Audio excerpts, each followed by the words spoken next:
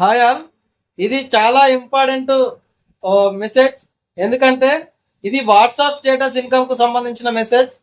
చాలా మంది వేరే వేరే పోస్టులు ముందుగాల పెడుతున్నారు. మన కంపెనీకి సంబంధించిన మెయిన్ అప్డేట్స్ తర్వాత పెట్టడం జరుగుతుంది.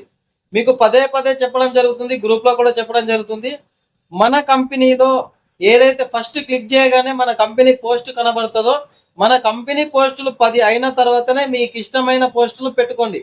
కానీ ఫస్ట్ వాట్సాప్ స్టేటస్ ఇన్కమ్ మీకు రావాలి అంటే కంపెనీ పోస్టులు ఫస్ట్ ఉండాలి.